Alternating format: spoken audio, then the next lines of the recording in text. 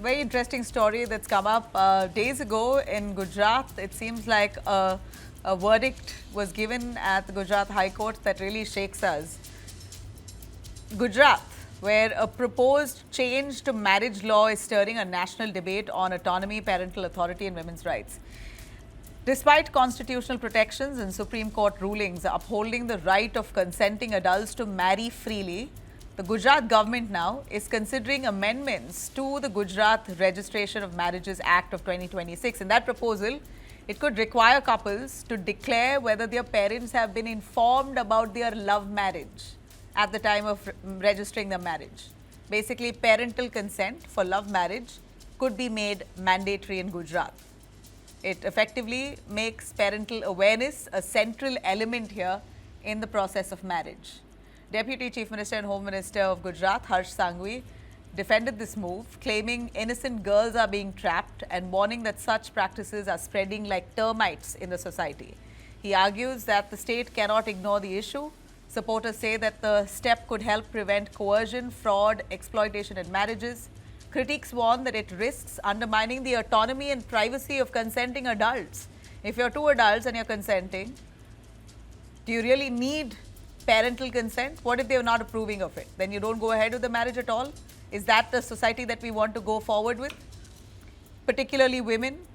It could create barriers for interfaith, intercaste marriages, of course. We know Indian parents by and large do not agree so easily to interfaith, intercaste marriages. So now with this law coming into effect, imagine what happens. If parents say no, then what happens? Could the marriage then be not allowed at all?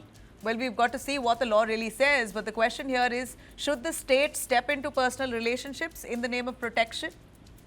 Well, even as we're looking at this, in a way, regressive law that could be coming into play in Gujarat, there's another development that's come from Gujarat itself. And that's added a lot more fuel to this conversation around women's rights and marital accountability. The Gujarat High Court has set aside the conviction of a man who had been sentenced to 1 year of cruelty and 7 years for abatement of his wife's suicide in 1996 case. The court held that a single incident where the husband allegedly slapped his wife for staying overnight at her parental home without informing him would not by itself constitute to cruelty under law. It noted there were no prior complaints of physical abuse against the man and the couple continued to live together. So just because he slapped her once, it does not amount to cruelty. That lady died by suicide eventually. Evidence has showed the husband performed banjo at marriage ceremonies late into the night to earn additional income. His wife reportedly objected to his late night returns, leading to frequent disputes. According to the prosecution, the woman had been married for about a year and lived in Sarigam, Pahadpada. It was alleged that she faced mental and physical cruelty that eventually drove her to suicide in 1996.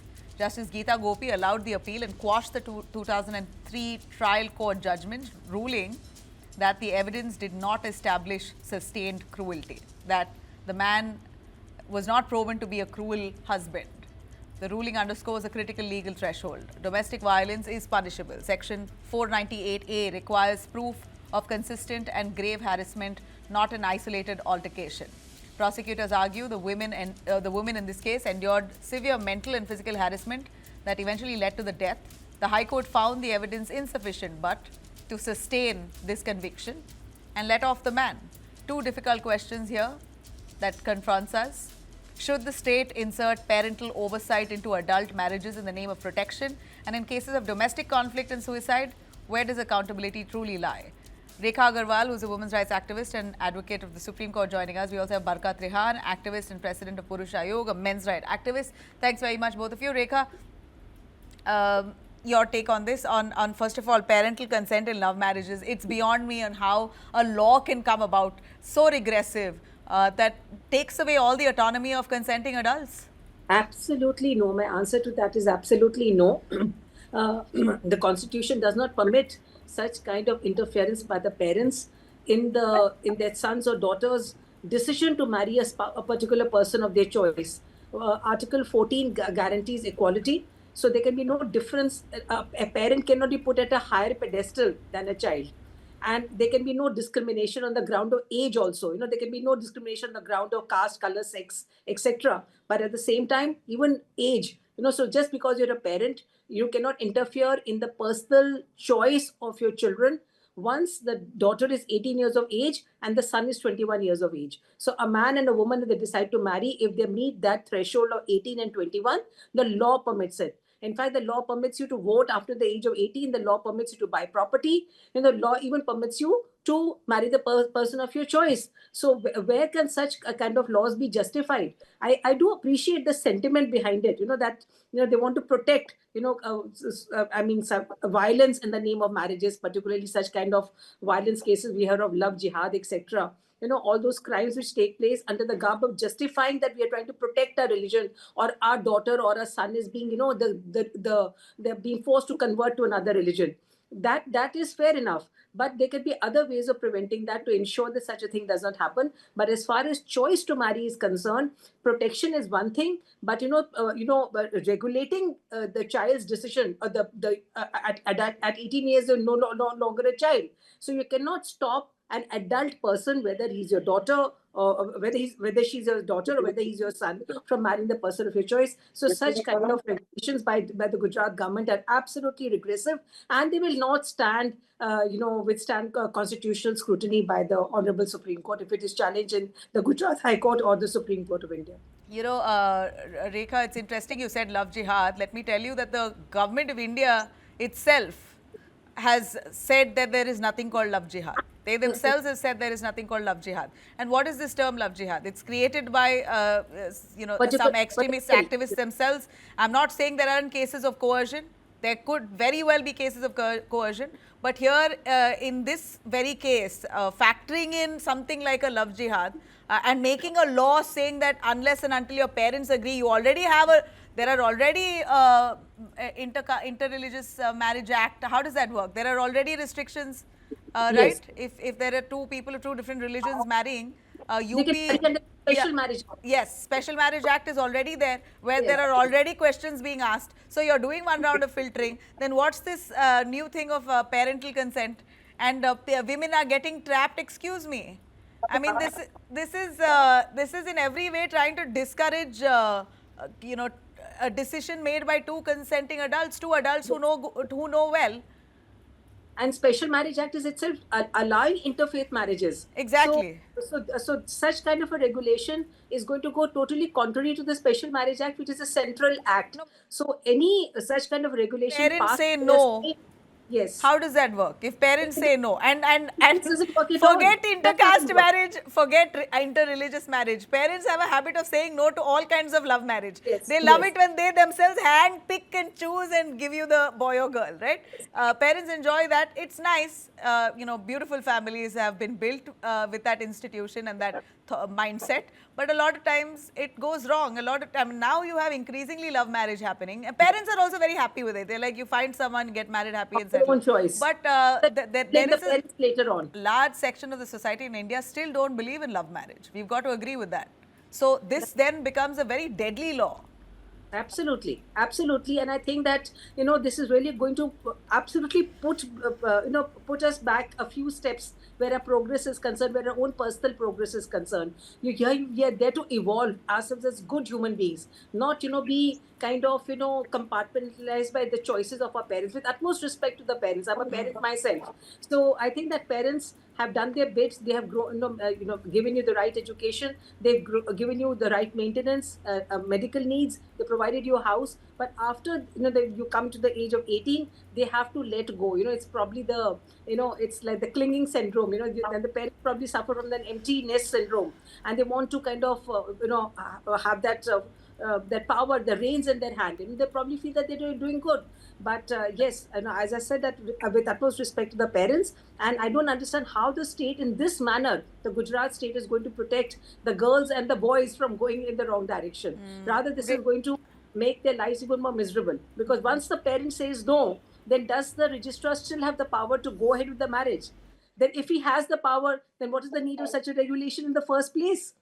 And if he has to say Thinking no, how I'm actually thinking how it's much not a thing. manipulation can go into this. Yes, Imagine absolutely. how much the couple will have to go crazy trying to convince their family. Yes, That kind of manipulation is another level of manipulation. That is absolutely. also coercion, by the way. Yes, that is also coercion.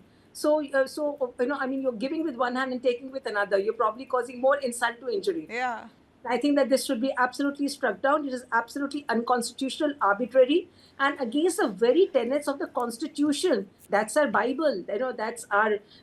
We survive. If we're a democratic country. We're not like a neighboring countries. Where it's like like there's nobody's dictate which works Yeah. over here. It's your own. Barka, own what's your view on this?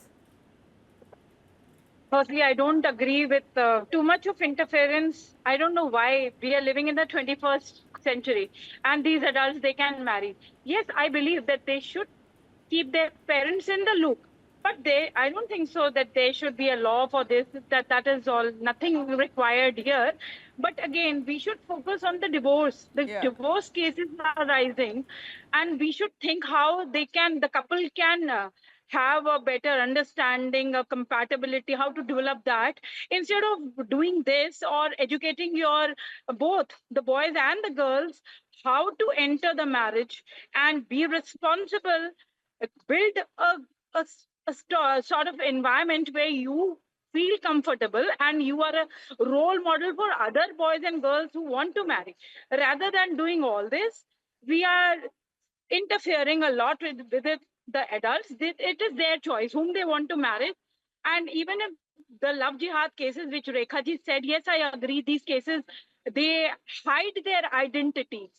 Boys and girls, I have both cases where boys and girls both have hid their identity and then married. And after that, there was a lot of problem. So if they tell the parents are really experienced and there's a broader There are perspective courts for to it. that, You right? can, There are courts for that to establish that you manipulated and cheated and got married. Court will has enough sections to trap you under the law for cheating and deceiving a person, your spouse. So that no, the no, court, the law why takes care of it. do it afterwards? Do it before. With a law like If this, the parents with want a law to like check the this, background, do it before. with a law like this, What you're did you saying say? a law like this is needed. Is that what you're saying? No, I didn't say a law like this is needed. I said no. The consenting adults can marry without telling their parents. Okay, so then what do you mean by do it before?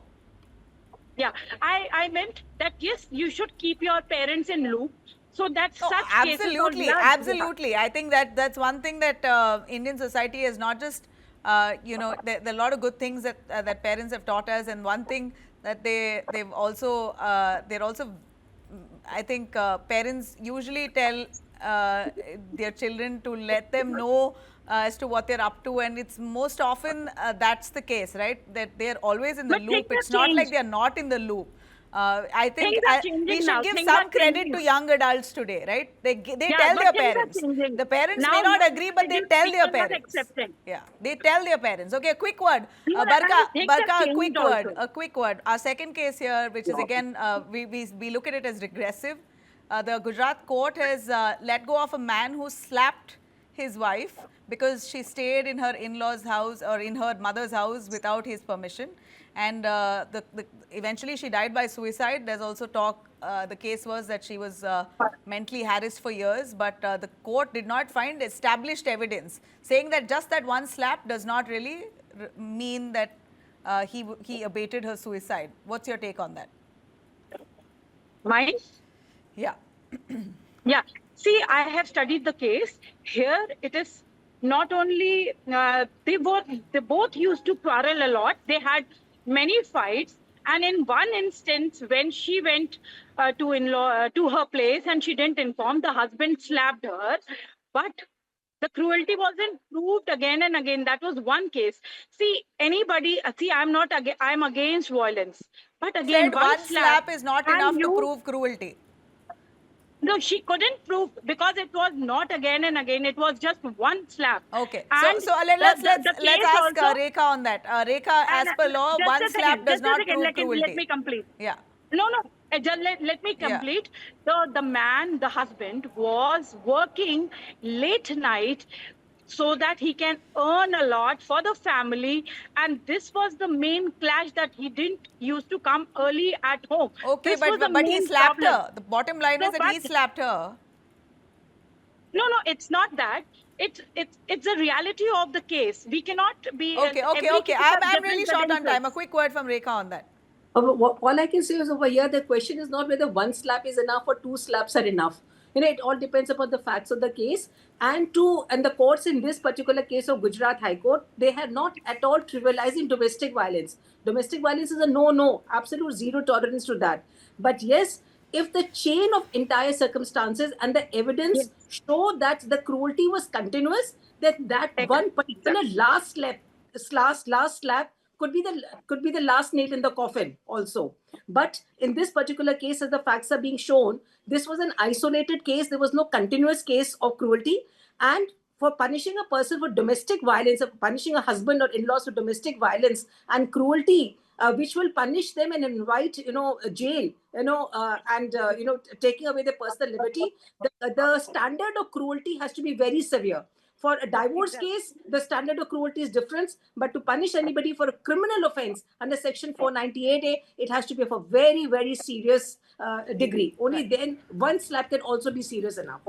All right. Thanks very much, both of you. I really appreciate you joining us here tonight.